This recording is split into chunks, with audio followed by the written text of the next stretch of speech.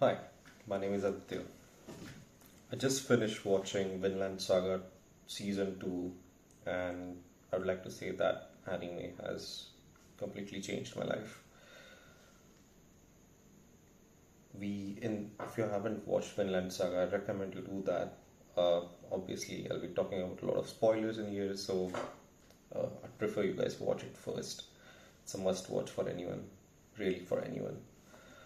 Um, so in Vinland Saga, we follow this guy called Thorfinn, gets lost in life, mm, both theoretically and non-theoretically. I don't know, but he gets lost in life pretty early. Loses his father, just like any other anime protagonist, and ends up in a war zone. He spends the next 11 years going through war and trying to seek his father's revenge, which in the end he doesn't get. Um, he somehow becomes a slave trader in season 2 and ends up in a farm, and that's when the shift happens.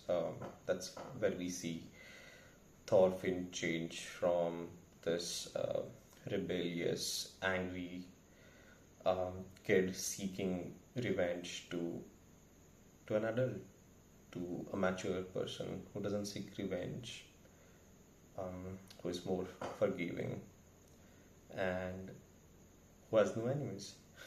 Like he says, he doesn't have any enemies.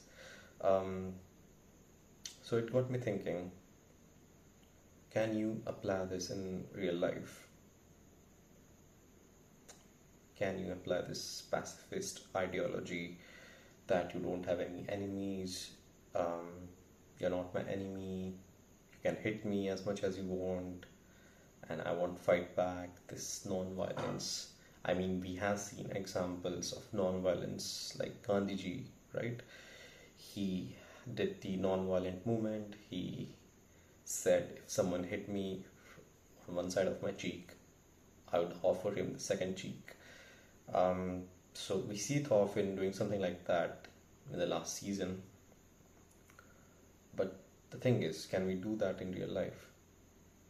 Now, we are not all warriors like Thorfinn has. We have not been on battle zones, but we have fought our own wars, or on not wars, if not wars, then our own battles, maybe against friends, family. You know, those are the ones that hurt the most, right?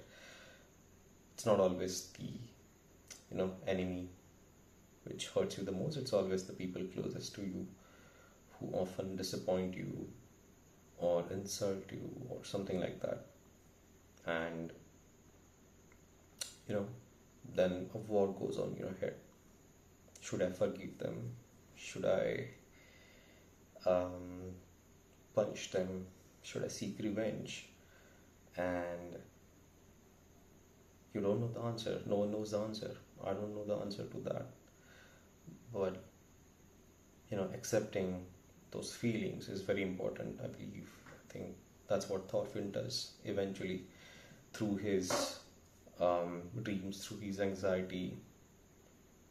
The turning point is obviously Askeladd's death, which leaves him without a purpose, and it happens to most of us, right? You reach a certain age and you feel purposeless. Like, what am I doing in my life? Like, working 9 to 5 jobs, um, coming home, cooking, sleeping. Like, that gets old pretty fast. Um, so, really, what's life really about?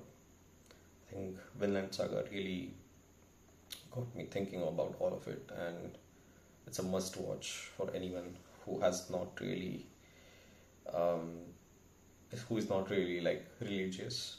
I wouldn't say I'm religious, so but it often dives into you know theories of Christianity and you know Norse gods and other bits. I mean, there's a lot of things which have been discussed there. I have not read any of the mangas, but I watched just the anime. I think that's my go-to way of getting knowledge, even, or entertainment. I'm not fan of books. So yeah, definitely watch Vinland Saga if you haven't, and if you like this conversation, hit like, and I'd really like to talk more about it. And thank you for watching.